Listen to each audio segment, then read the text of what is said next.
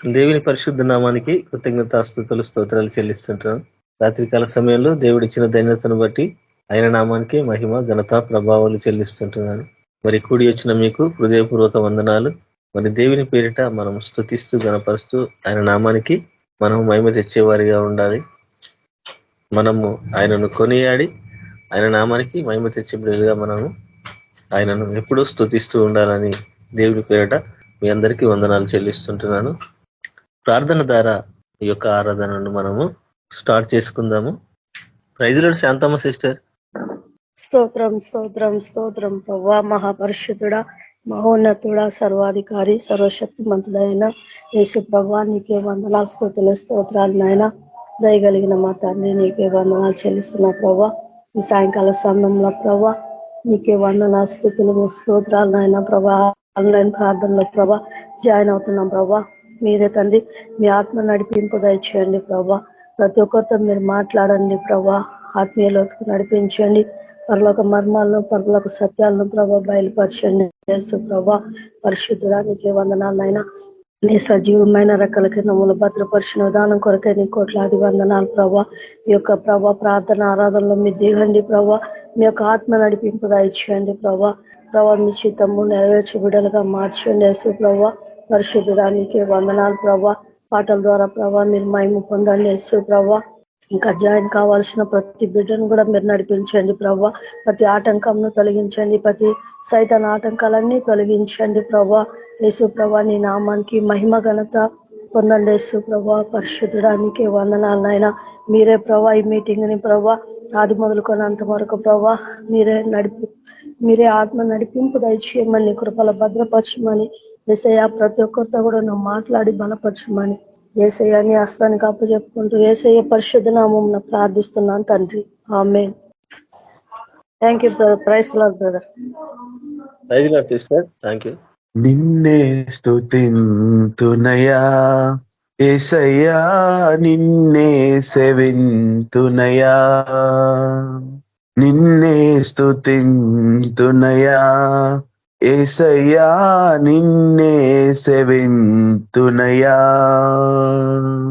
నీవే నా మార్గము, సత్యము, జీవము, నీవే నా రక్షణ విమోచన దుర్గము, నీవే నా మార్గము, సత్యము, జీవము, నీవే నా రక్షణ విమోచన దుర్గము.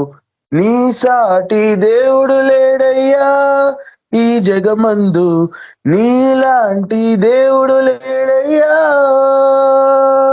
నీ సాటి దేవుడు లేడయ్యా ఈ జగమందు, నీలాంటి దేవుడు లేడయ్యా.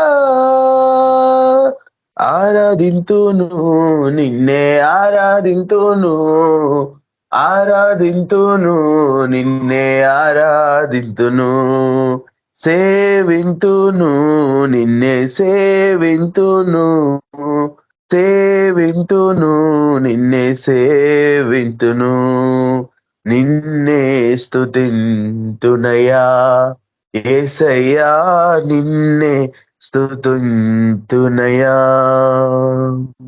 ఇస్సాకును కాపాడుటకు గొర్రెను దాచావు, మమ్మును కాపాడుటకు నీవే బలిగా మారావు. ఇస్సాకును కాపాడుటకు గొర్రెను దాచావు, మమ్మును కాపాడుటకు నీవే బలిగా మారావు.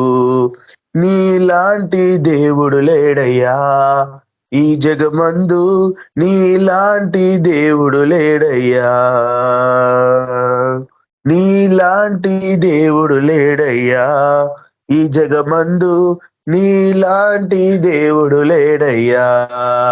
ఆరాధింతును నిన్నే, ఆరాధింతును, ఆరాధింతును నిన్నే, ఆరాధింతును, సేవింతును నిన్నే, సేవింతును, సేవింతును నిన్నే, సేవింతును, నిన్నే స్తుతింతునయా యేసయ్యా, నిన్నే సేవింతునయా.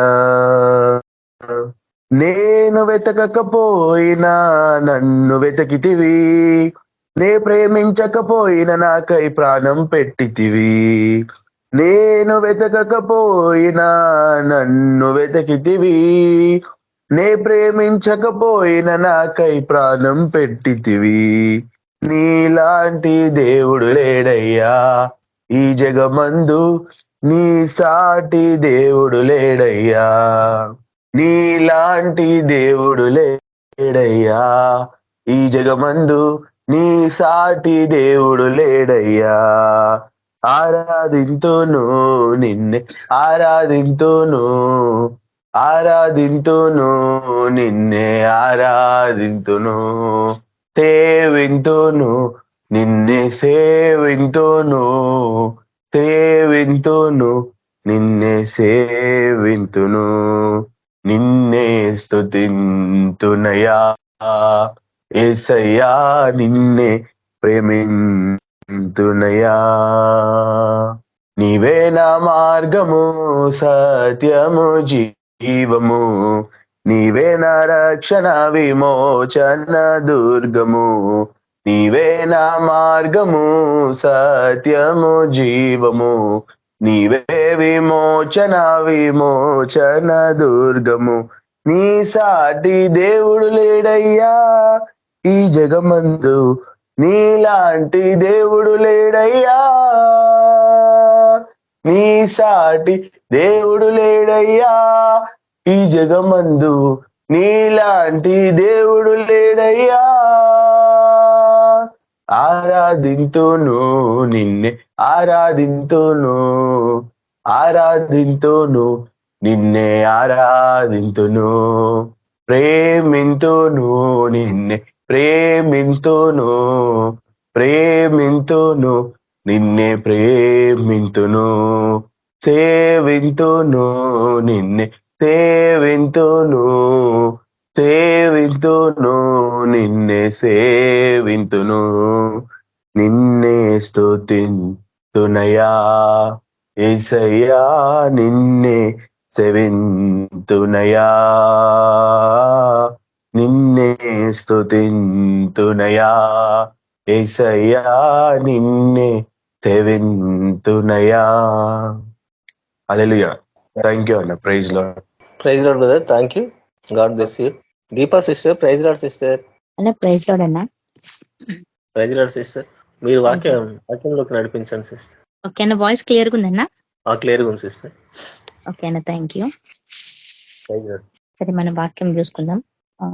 ఇర్మియా 4th chapter 1st and 2nd verses. ఇర్మియా 4th chapter 1st and 2nd verses. ప్రార్థన చేసుకుని స్టార్ట్ చేద్దాము. పరిశుద్ధ ప్రేమల దేవ, కృపల తండ్రి, దేవా యేసు ప్రభా, నీకు లెక్కలేని వందనాలు, కృతజ్ఞత, స్తుతులు, స్తోత్ర. హల్లెలూయా. రజా పరిశుద్ధ వగు సర్వశక్తి మంతుల సర్వాధికారి నీకు వందనాలు తండ్రి.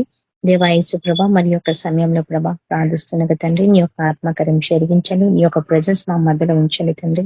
అదే రీతిగా ప్రభ ఈ దినమున తండ్రి, మరి ఏ వాక్యం అయితే ప్రభ సిద్ధపరుచున్నారు ప్రభ, మాకు మరి ప్రతి వాక్యాన్ని కూడా ప్రభ మేము చదివి ప్రభ దాన్ని మేము ప్రాక్టీస్ చేసేలాగా సహాయపడమని ప్రార్థిస్తున్నాం తండ్రి.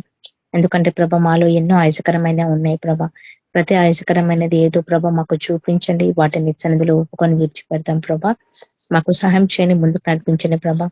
అదే రీతిగా తండ్రి దేవా యేసు ప్రభ, నా ప్రవక్తను అంతట్లో కూడా ప్రభా నీ యొక్క అధికారానికి లోపడి నడుచుకుంటాను ప్రభ. నాలోకి రమ్మని ప్రార్థిస్తున్నాను తండ్రి. ఏసే సహాయపడండి, ముందుకు నడిపించండి ప్రభ. ముఖ్యంగా ప్రభ నాలో ఉన్న సొంత తలుపులను గద్దించి కొట్టివేసి ప్రభ నీ యొక్క తలుపులకు చోటిచ్చి నేను నడుచుకుంటాను ప్రభ. సహాయపడండి ప్రభ, మీరే ముందు నడిపించమని ప్రార్థిస్తున్నాం తండ్రి. దేవా యేసు ప్రభ, నా నోటిని తాకి ముట్టి స్వస్థపరిచి ప్రభ నీ యొక్క జీవమైన వాక్కు ప్రభ నా నోట్లో పెట్టమని ప్రార్థిస్తున్నాం తండ్రి. దేవా ప్రతి వాక్యాన్ని అర్థం చేసుకునడానికి ప్రభ మరి నీ యొక్క పరిశుద్ధాత్మ నడిపింపు దయచేయమని యేసుక్రీస్తు నామములో ప్రార్థిస్తున్నాం తండ్రి. ఆమేన్. ఓకే, ఇర్మియా 4th chapter 1st and 2nd verses చూడండి. ఈ వాక్యము ఏ విధంగా చెప్తుందంటే, ఆయన నీతిని ఆయన్ని అనుసరించి నడుచుకోమని చెప్తున్నాడు. చూడండి, ఇదే యెహోవాకు, ఇజ్రాయేలీయులు నీవు తిరిగి రానుద్దేశించిన ఎడల నా యుద్ధకే రావలెను. నీవు ఇటు అటు తిరుగుట మాని నీ హేయమైన క్రియలను నా సన్నిధి నుండి తొలగించి సత్యమును బట్టి న్యాయమును బట్టి నీతిని బట్టి యెహోవా జీవము తోడని ప్రమాణము చేసిన ఎడల జనులు ఆయన యందు తమకు ఆశీర్వాదము కలుగుకొనునందు ఆయన యందే అతిశయపడుతురు. మరి ఈ వాక్యంలో చూసుకుంటే మనకు అర్థమైపోతుంది. ఇది దేవుని నమ్మిన ప్రతి ఒక్క బిడ్డలకు వర్తిస్తుంది అనమాట. యాక్చువల్లీ ఇది ఇర్మియాతో దేవుడు బయలుపరిచినాడు. ఇర్మియాతో మాట్లాడినప్పుడు మళ్ళీ ఇర్మియా దేవుని యొక్క సన్నిధిలో ఎంతో భయభక్తి కలిగిన జీవితం నడుచుకున్నాడు ఇర్మియా. మరి ఆయన ఎంతగానో కన్నీటి ప్రార్థించినాడు కదా ఇర్మియా. మరి ఇక్కడ దేవుడు యెహోవా వాక్కు అని అంటున్నాడు. మరి దేవుని యొక్క వాక్యం ప్రత్యక్షమైనప్పుడు ఆయన యొక్క వాక్కు ఇర్మియాతో మాట్లాడిన దేవుడు ఈ రోజు మనతో మాట్లాడుతున్నాడు దేవుడు అదే రీతిగా. ఎందుకంటే ఇజ్రాయెల్స్ ప్రజలు అంటే ఈ లోకంలో ఎంతో మంది ఉన్నారు ఇజ్రాయెల్స్ ప్రజలు. కానీ మెయిన్ గా ఏంటంటే శరీరకరమైన ఇజ్రాయెల్స్ కాకుండా ఆత్మీయమైన ఇజ్రాయెల్స్, మరి వాళ్ళతో కూడా దేవుడు మాట్లాడతాడు కదా ప్రతి వారితో. కాబట్టి ఆ కాలంలో ఇజ్రాయెల్స్ ప్రజలు అని ఆ దేశాన్ని సూచాయిస్తుంటారు. ఇజ్రాయెల్ దేశం ఉంది కదా అట్లా అనుకుంటాం. కానీ అది కంపారిజన్ చేసుకోకపోయినా రీజన్ ఏంటంటే మెయిన్ గా ఆయనకి ఎవరైతే లోబడి జీవిస్తారో వారికి మాత్రమే ఈ వాక్యము వర్తిస్తుంది అని అనుకుంటారు. కానీ ఈ వాక్యం లోకమంతటా వర్తిస్తుంది. చాలా మంది ఏమనుకుంటారంటే ఈ వాక్యము దేవుడు మనతోటి చెప్తున్నదా మనకే కదా అని అనుకుంటాం. కానీ లోకంలో అందరికీ వాక్యం వర్తిస్తుంది. ఎందుకంటే దేవుని నమ్మిన బిడ్డలు ఎంతో మంది ఉన్నారు. మరి సత్యం తెలియని ప్రతి బిడ్డ ఇజ్రాయెల్స్ ప్రజలే కదా. ఎందుకంటే సత్యం వాళ్ళకి తెలియదు కాబట్టి వాళ్ళంతా కూడా సత్యంలోకి రావాలా, నడుచుకోవాలా, ముందుకు వెళ్ళాలని అంటే వాళ్ళకు దేవుని యొక్క వాక్కు అనేది తెలియాలా, ఆయన సత్యం ఎందుకు తెలియాలా. ఇక్కడ కూడా అంతే ఇజ్రాయెల్స్ ప్రజలకి వాళ్ళు చేసిన తప్పిదములు ఎన్నో ఉన్నాయి. వాళ్ళు దేవుని ఎంతగానో దేవుని యొక్క హృదయాన్ని బాధ పెట్టినారు ఇజ్రాయెల్స్ ప్రజలంతా. అయితే ఆ సమయంలో ఇర్మియా ఎంతగానో కన్నీటి ప్రార్థన చేసిలే ప్రజలు ఈ విధంగా ఉన్నారనేసి. ఆ ప్రజల కొరకు ఆయన చాలా కన్నీటి ప్రజలు. కాబట్టి ఇది వాక్యము మన కాలంలో వర్తిస్తుంది. ఆ కాలంలో దేవుడు ఆయనకి బయలుపరిచినాడు దేవుడు ఇర్మియాకి. కానీ ఎప్పుడైతే బాప్తిజం ఇచ్చే యోహాను స్టార్ట్ అయిందో అక్కడి నుంచి ఇప్పటి వరకు అనే రాకడ కోసం తెలియజేయబడుతుంది. అంటే దేవుని యొక్క రాకడ ఎంతో సమీపంలో ఉంది కాబట్టి లోకమంతటా ఎక్కడ చూసినా ఘోరాలు ఇవన్నీ జరుగుతున్నాయి. చాలా క్రిటికల్ కండిషన్ లో ఉంది ఇప్పుడు దేశం అంతటా ఎక్కడ చూసినా. ఎందుకంటే పాపం ఎక్కువైపోతుంది, రోగాలు ఎక్కువైపోతున్నాయి, ప్రతి ప్రజలు ఇదైపోతున్నారు. ఐజయాలో ఉంటది. ఐజయాలో దేవుడు మంచి క్లియర్ గా మాట్లాడతారు ఐజయా ఫస్ట్ చాప్టర్ లా. ఎందుకంటే ఐజయాల ఫస్ట్ చాప్టర్ లో చూస్తే దేవుని యొక్క బిడ్డలు దేవునికి ఎంత కోపం తెప్పించినారు అంటే అంత కోపం తెప్పించినారు. దేవునికి కూడా వాళ్ళని క్షమించాలి అనే ఉద్దేశం కూడా రాలేదు దేవునికి. కానీ ఇర్మియా అంతగా కన్నీటి కార్చినాడు కాబట్టి చివరికి దేవుడు ఆయన మాట వినాడు. అంతకు ముందుకు ఇర్మియా ప్రార్థన ఎంత చేసినా దేవుడు వినలే. ఎందుకంటే ఆయనే చూడండి ఇజ్రాయెల్స్ ప్రజలు దేవుని హృదయాన్ని అంతగా బాధ పెట్టినారు కదా. పరిశుద్ధ దేవుడు చిన్న పాపం అన్నా సహించలేడు కదా. ఒక చిన్న తప్పు ఉన్నా ఆయన సహించడు, ఎంత పాపం ఉన్నా ఆయన సహించడు. ఎందుకంటే ఆయన అంతగా మనల్ని ప్రేమించినడు. మనల్ని ప్రేమించి ఆయన బిడ్డగా మనల్ని తయారు చేసుకుంటే మనం ఎట్లున్నామంటే ఆయన సన్నిధిలో మరి ఆయనకి మొర పెట్టాల్సింది, అన్ని చేయాల్సింది ఎట్లయిపోయిందంటే లోకం వైపే చాలా మంది ఇంట్రెస్ట్ పెట్టేస్తున్నారు అన్నమాట. ఎందుకంటే చూడండి ఇజ్రాయెల్స్ ప్రజలకి దేవుడు ఏమని చెప్తున్నాడంటే ఇది యెహోవా వాక్ అంటున్నారు. ఇజ్రాయెలైట్స్ మీరు తిరిగి ప్రాణోద్దేశించిన ఎడల నా యుద్ధకే రావాలను.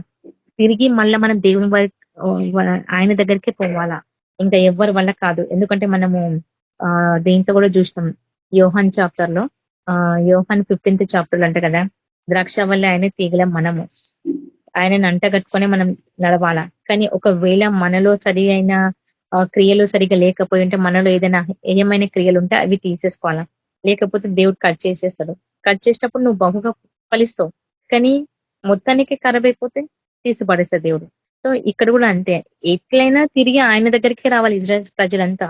ప్రాణోద్దేశించిన ఎడల నా యుద్ధకి రావాలను, నీవు ఇటు అటు తిరుగుట మాని నీ హేయమైన క్రియలు నా సన్నిధి నుండి తొలగించు. కాబట్టి ఆయన సన్నిధికి వచ్చినప్పుడు మన హృదయం ఎట్లుండాలా, క్లీన్ గా ఉండాలా కదా. చాలా మంది దేవుని యొక్క సన్నిధికి వస్తారు, పాటలు పాడతారు, వర్షిప్ చేస్తారు, వాక్యం చెప్తారు, అన్ని చెప్తారు. కానీ ఎవరి హృదయము ఏ పాటిదో అది గ్రహించుకోవాలా, మన హృదయం ఏ పాటిది కదా. ఎందుకంటే ఆయన అదే అంటుండు, నీ ఏమైన క్రియలు అంటే మనలో ఏవైతే ఉన్నాయో తప్పిదములు అన్ని ఆయన సన్నిధిలో ఒప్పుకోవాల్సిందే. ఎప్పుడైతే మన తప్పిదములు ఒప్పుకున్న తర్వాతకు అప్పుడు ఆయన సన్నిధిలో మనం ఉండగలుగుతాం. లేకపోతే మనలో అంత హేయమైన క్రియలు ఇవన్నీ ఉన్నాక ఆయన సన్నిధిలో వచ్చినప్పుడు ఆయన మన మాట వినడు. ప్రార్థన చేసినా వినడు. వర్షిప్ చేసినా వినడు. ఎందుకంటే ఏమైన క్రియలు మనలో ఉంటే ఆయన ఎట్లా వింటాడు? ఆయన చిన్న పాపం కూడా సహించడు కదా దేవుడు. మరి సహించినప్పుడు మనలో ఎన్నో తప్పిదములు ఉంటాయి కాబట్టి అవన్నీ ఆయన సన్నిధిలో ఒప్పుకోవాల్సిందే.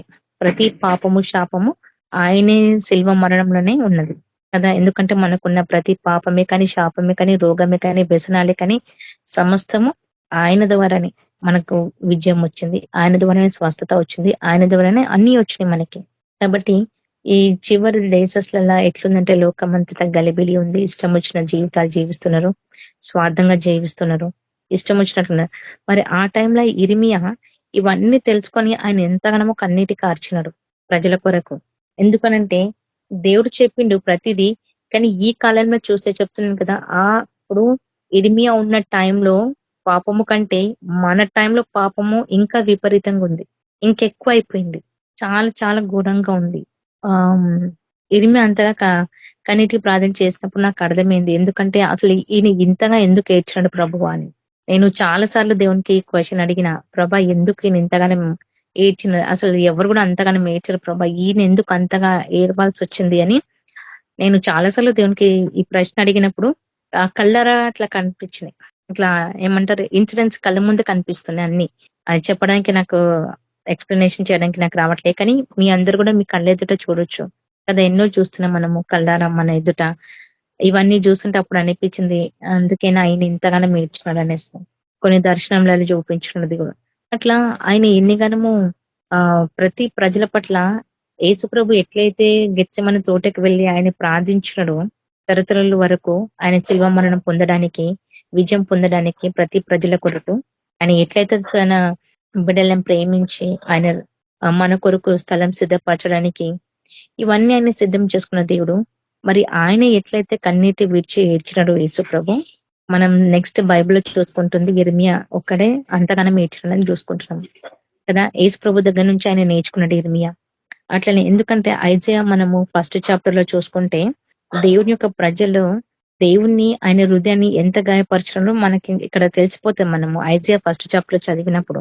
కానీ ఇక్కడ మనం తెలుసుకుంటుంది ఏంటంటే ఎటు పోయినా నువ్వు ఎట్లన్నా తిరుగు, ఎటన్నా పో, ఏమని చేసుకో, కానీ చివరికి నువ్వు దేవుని దగ్గరికే రావాలా. ఎందుకంటే ఆయన ఎట్లయినా చేసి ఆయన వైపు రప్పించుకుంటాడు. ఆయన బిడ్డలు ఎవరైతే రక్షింపబడ్డారో, ఎవరైతే ఆయన యేసుక్రీస్తు నామంలో బాప్తిజం పొందినారో, ఎవరైతే ఆయన యొక్క మాటలు తెలిసిన వారైతే ఉన్నారో, ఎవరైతే బైబిల్ ధ్యానించినారో, ఎవరైతే ప్రార్థనలో ఉన్నారో, దేవుని కోసం ఎవరికైతే తెలుసో ఎట్లా పోయినా తిరిగి మళ్ళీ ఆయన దగ్గరికి రప్పించుకుంటాడు దేవుడు. ఎందుకంటే ఆయనే ఇష్టంతో మనుషులను క్రియేట్ చేసుకున్నాడు కదా. అంటే ఆయన ఇష్టం చేత మనల్ని అందరూ క్రియేట్ చేస్తారు. ఎందుకంటే ప్రథమ ఫలంగా ఆయన మనల్ని ఏర్పరచుకున్నాడు దేవుడు, ఆత్మీయమైన ఇజ్రాయెలైట్స్. కాబట్టి ప్రథమ ఫలంగా ఆయన మనల్ని ఏర్పరచుకున్నాక మనం ఏదైనా తప్పిదం చేస్తే ఆయన సహిస్తాడా? సహించడు. కాబట్టి ఆయన ఏం చేస్తాడు, శిక్షించి తన ప్రజలను తన వైపు రప్పించుకుంటాడు. కాబట్టి ఆయన ఇచ్చే శిక్షలో మనం అనుకుంటాం ప్రతి శోధనలు వస్తున్నాయి కదా అది ఇది అని. శోధనలు వస్తున్నాయి కరెక్టే, కానీ ఆ శోధన వెనుకల మనదే ఉంది తప్పిదము. ఎందుకంటే మనం చేయడం ద్వారానే ఆ యొక్క శోధన మనకు వస్తుంది. ఒకవేళ మనం చేయకపోయి ఉంటే అది రాదు మన దగ్గరికి. కాబట్టి చూడండి, ఇక్కడ సత్యమును బట్టి, న్యాయమును బట్టి, నీతిని బట్టి యెహోవా జీవము తోడని ప్రమాణము చేసిన ఎడల జనులు ఆయన యందు తమకు ఆశీర్వాదము కలుగు పొందురని ఆయన యందే అతిశ్రయపడుదురు. చూడండి, ఇప్పుడు ఆయననే సత్యము, ఆయననే మార్గం, ఆయననే జీవం. ఇది మనకు అందరికీ తెలుసు. కాబట్టి నువ్వు ఎలాంటి పరిస్థితిలో ఉన్నా, ఎట్లా ఉన్నా, చివరి మూమెంట్ లా నువ్వు ఆయన గ్రహించిన తర్వాతకు చివరికి నువ్వు దేవుని దగ్గరికి రావాలి. ఎందుకంటే ఆయన సత్యంని అనుసరించి నడవాలా, ఆయన న్యాయాన్ని బట్టి నువ్వు నడవాలా, ఆయన నీతిని బట్టి నువ్వు నడవాలా. ఎందుకంటే మన దేవుడు మనకి ప్రమాణం చేసినాడనమాట. ఇవన్నీ చేస్తేనే మనకు ఆశీర్వాదం. ఆశీర్వాదం అంటే ఈ క్రిటికల్ డేసెస్లలో అయితే ఆశీర్వాదం ఎట్లా వస్తుంది, మనం ఒకరికి సహాయపడినప్పుడే, మనం ఒకరికి చెప్పినప్పుడే ఈ ఆశీర్వాదము మనకు ఈ లోకంలో మనకు వర్తించకపోవచ్చేమో, కానీ పరలోక రాజ్యంలో అయితే కంపల్సరీగా ఉంటది ఆశీర్వాదం. మనం అనుకుంటున్నాం. ఎందుకంటే క్రిటికల్ డేసెస్లలో నీకు ఎక్కడ ఆశీర్వాదం రాదు. ఈ చివరి మూమెంట్లల్లా, ఈ చివరి టైమ్స్లల్లా, ఎండ్ ఆఫ్ ది టైమ్స్లల్లా, దేవుని యొక్క రాకడ సమయంలో లోకమంతా నశించిపోతుంది. కానీ ఇక్కడ ఆశీర్వాదం కలుగుదురు ఆయన యందు అతిశయపడడం అంటే చివరికి నువ్వు దేవుని దగ్గరికే రావాలా. ఆయన దగ్గరికి వచ్చినప్పుడే నీకు ఆశీర్వాదం, లేకపోతే ఆశీర్వాదం లేదు. ఆయన దగ్గరికి రావడమే గొప్ప గిఫ్ట్. అది ఎన్ని బాధ శ్రమలు అనుభవించిన తర్వాతనే అప్పుడు ఆయన సన్నిధికి మనం రాగలుగుతాము. లేకపోతే మనము ఒకవేళ రాకపోయినా ఆయననే తీసుకొస్తాడు. ఎందుకంటే మనం ప్రకటనలు చూసినాం, ప్రతి వారు దండింపబడుదురు అని కదా. ఆయనకి అసాధ్యమైనది ఏది లేదు కాబట్టి సమస్తం సాధ్యమే. కాబట్టి ఆయన ప్రజలని ఆయన వైపు మరలించుకోవడానికి ఆయన ఎన్నో చేశాడు. కాబట్టి చూడండి, నేను ఇది ఎందుకు చెప్తున్నానంటే 1 Peter 1:7 మనకు తెలిసిపోతుంది. ఎందుకంటే ఆయన ప్రజలని ఆయన దగ్గరికి ఎట్లా రప్పించుకుంటారో చూడండి. 1 Peter 1:7 నశించుపోవు సువర్ణము అగ్ని పరీక్ష వల్ల శుద్ధపరచబడుచున్నది కదా, దానికంటే అమూల్యమైన మీ విశ్వాసము ఈ శోధన చేత పరీక్షకు నిలిచున్నదై యేసుక్రీస్తు ప్రత్యక్షమైనప్పుడు మీకు ఎప్పుడును మహిమ ఘనత కలుగును కారణమగును. చూడండి, అంటే నశించిపోవు సువర్ణము. మనం అనుకుంటాం కష్టాలు వచ్చినప్పుడు, బాధ వచ్చినప్పుడు, దుఃఖం వచ్చినప్పుడు, ఏదైనా వచ్చినప్పుడు మనకి ఏమనిపిస్తుంది అంటే ఈ కష్టాలన్నీ నాకే రావాలా, నేనే చేస్తున్నానా, ఇట్లా ఉంటది వాళ్ళ మనోవేదనలో, వాళ్ళ దుఃఖంలో. ఇలాంటి థాట్స్ వాళ్ళకి వస్తుంటాయి. అబ్బా ఇలాంటి ప్రాబ్లమ్స్ నేనే భరించాలా, ఇంకా ఎవరికి కూడా లేవా.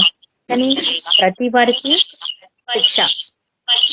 ఎందుకనంటే ఎవరు ఏ తప్పిదం చేస్తే వారికి ఆ శిక్ష. కానీ ఒకరికి వచ్చిన శిక్ష ఒకరికి రాదు. యోబుకు వచ్చిన సమస్య వేరే వాళ్ళకి రాదు. యోబుకు వచ్చిన సమస్య యోబుకే ఉంటది. ఇప్పుడు యోహానుకు వచ్చిన సమస్య యోహానుకే ఉంటది. అంతేగాని యోహాను లాగా మనం కూడా చేయగలుగుతామనంటే కాదు. అలాంటి శిక్ష మనకు రాదు. ఆయన ఇచ్చే శిక్ష ఎట్లుంటది అంటే ఏ ఆత్మ ఎంత భరిస్తుందో అంతవరకే ఆయన ఇస్తాడు. కాబట్టి ఇక్కడ నశించిపోయే సువర్ణము. చూడండి, ఏదైనా నశించిపోతుంది అన్నప్పుడు అగ్ని పరీక్ష కంపల్సరీగా కావాల్సిందే. ఎందుకంటే అది చివరికి అది నశించిపోతే అది చాలా ఘోరమైన పరిస్థితి. కానీ ఇక్కడ దేవుడు ఏం చూస్తున్నాడంటే అగ్ని పరీక్ష అనేది వాళ్ళకి పెడుతున్నాడు. చివరికైనా వీళ్ళు నా దగ్గరకు వస్తారు కదా. ఇక్కడ అదే చెప్తున్నాడు, రాను ఉద్దేశించిన ఎడల నా యొద్దకే రావాలను, నీవు ఇటు అటు తిరిగినా మానినా నీ హేయమైన క్రియలు నా సన్నిధి నుండి తొలగించు. అదనమాట. అందుకే ఎప్పుడైతే మనకు కష్టము నష్టము వచ్చినప్పుడు చూడండి, సంతోషంలో ఉన్నప్పుడే దేవుని స్తుతిస్తావా, బాధలో ఉన్నప్పుడు వేదనలో ఉన్నప్పుడు ఆయన స్తుతిస్తావా కదా. మనము ఈ లోకంలో చాలా మటుకు ఎక్కడ చూసినా హ్యాపీనెస్ అనేది ఉంటే దేవుని మర్చిపోతారు. వాళ్ళలో ఏదో ఒక లోటు ఉంటే అప్పుడు దేవుని వాళ్ళు తలుచుకుంటారు, దేవుని మీద పోస్తారు. అప్పుడు వాళ్ళు ప్రతి పరీక్షలో అంటే విశ్వాసంలో వాళ్ళ పరీక్ష పొందుతా ఉంటారు. చూడండి, ఇప్పుడు పౌలు ఉన్నాడు. పౌలు కూడా ఆ దేవుని యొక్క సేవ చేసినంత చేసిండు. చివరికి ఆయన కడుపులో ఒక ముళ్ళు పెట్టారు కదా దేవుడు. మరి ఆ ముళ్ళు పెట్టినప్పుడు మరి ఆయనకి దేవుడు ఏమంటాడు, నా కృప నీకు చాలును అని అంటాడు కదా. అదే రీతిగా దేవుడు ఇచ్చే శిక్ష అనుభవించాల్సిందే. ఎందుకంటే ఆయన మన మంచి కొరకే, మనం ఆయన రాజ్యంలో ఉండడానికి కొరకే ఆయన ఇచ్చిన శిక్ష. కాబట్టి